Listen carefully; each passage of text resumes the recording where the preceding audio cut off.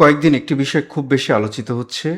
NTRC এর কাছ থেকে নিয়োগ সুপারিশ দেওয়ার যে ক্ষমতা, সেই ক্ষমতা আবারও কি প্রতিষ্ঠানের কাছে অর্থাৎ কমিটির কাছে দেওয়া হবে কি না? ইতিমধ্যে সংসদে মাননীয় আইনমন্ত্রী মহোদয় একটি বক্তব্য দিয়েছিলেন। সেই বক্তব্যের প্রেক্ষিতে এবং আরেকজন মাননীয় সংসদ সদস্য হিসাবে শিক্ষক নেতা, তার বক্তব্যের প্রেক্ষিতে এই বিষয়টি বেশ আলোচনা হচ্ছিল। এই ফাঁকে গত ৩ তারিখে অর্থাৎ ৩ আগস্ট যে বৈঠকটির কথা বলেছিলাম, আরেকটি বৈঠকে এ বিষয়ে আলোচনা হয় এবং একজন উচ্চপদস্থ কর্মকর্তা এই বিষয়ে একটি সুপারিশ প্রস্তাব উপস্থাপন করেন এবং যেটা পত্রিকার ভাষ্য অনুসারে ক্রমে সেই সুপারিশটি পাস হয়।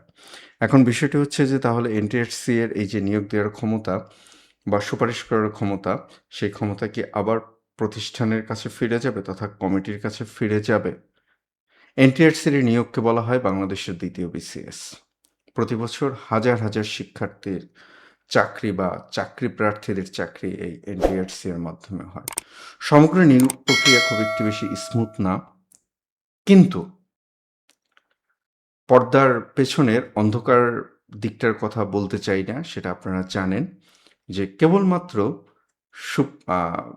আবেদন করে, পরীক্ষা দিয়ে এবং সুপারিশ পেয়ে মাত্র এখানে আবেদন ফি যেটা সেটা দিয়ে একটি চাকরি পাওয়া।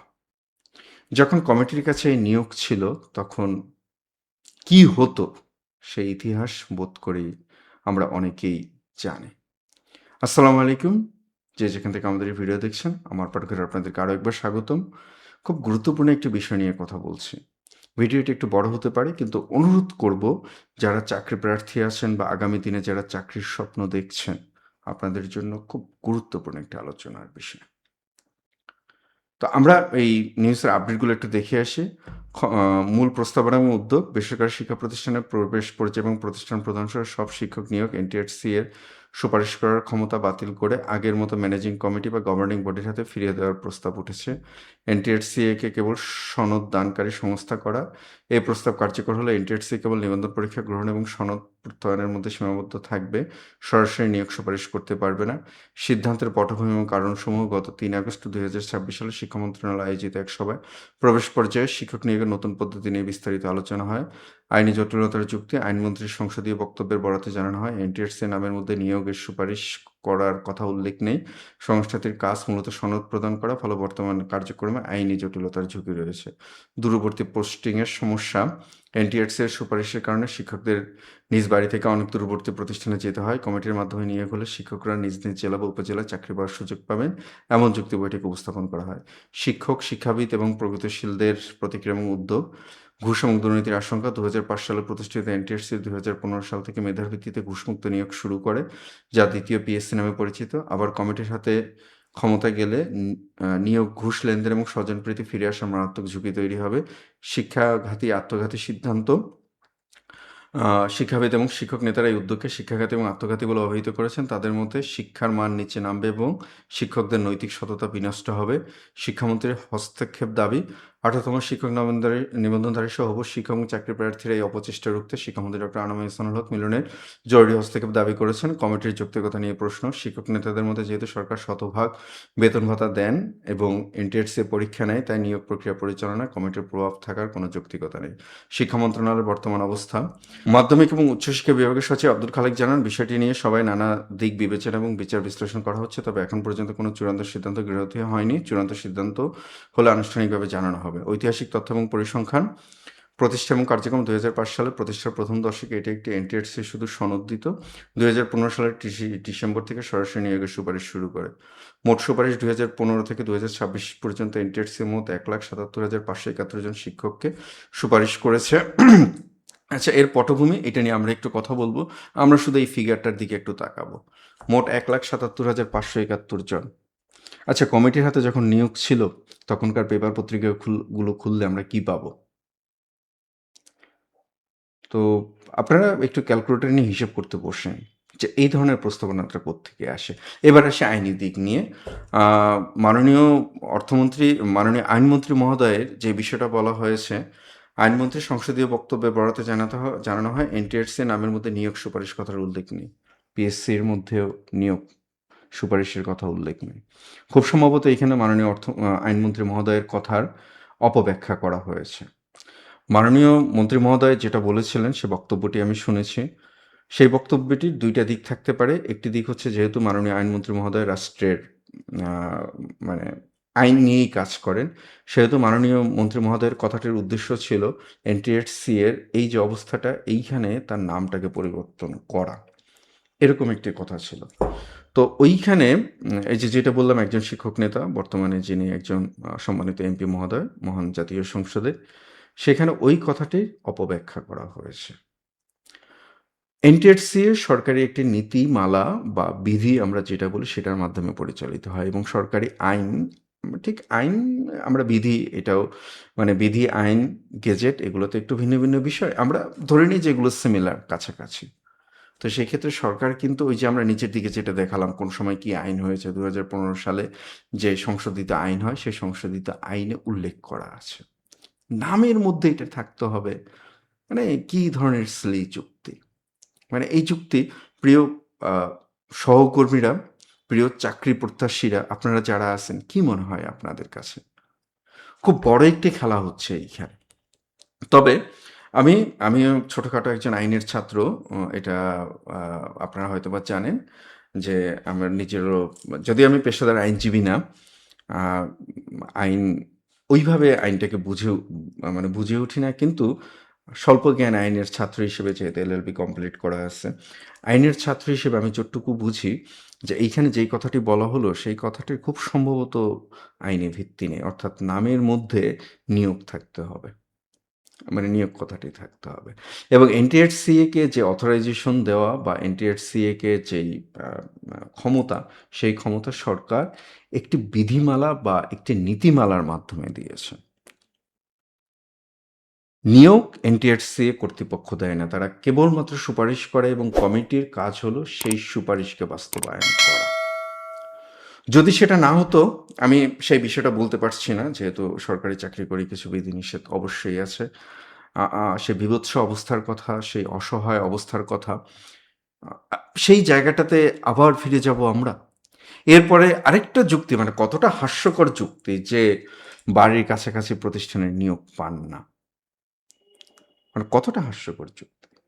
এনটিআরসি একটি মানে তাদের এই নিয়োগ সুপারিশের বিষয়ে তাদের একটি নীতিমালা আছে, তারা সেই নীতিমালাটাকে মেনে সুপারিশ করা হয়।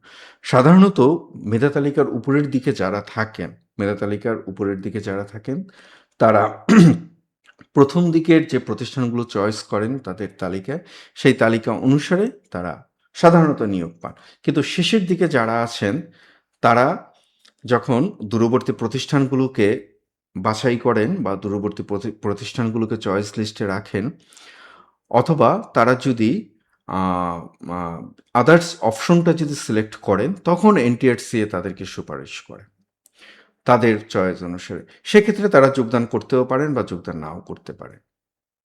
তার থেকে বড় কথা হলো এনটিআরসি এখন বদলি চালু করছে, অর্থাৎ বেসরকারি শিক্ষা প্রতিষ্ঠানে বদলি ইতিমধ্যে চালু হয়ে গিয়েছে।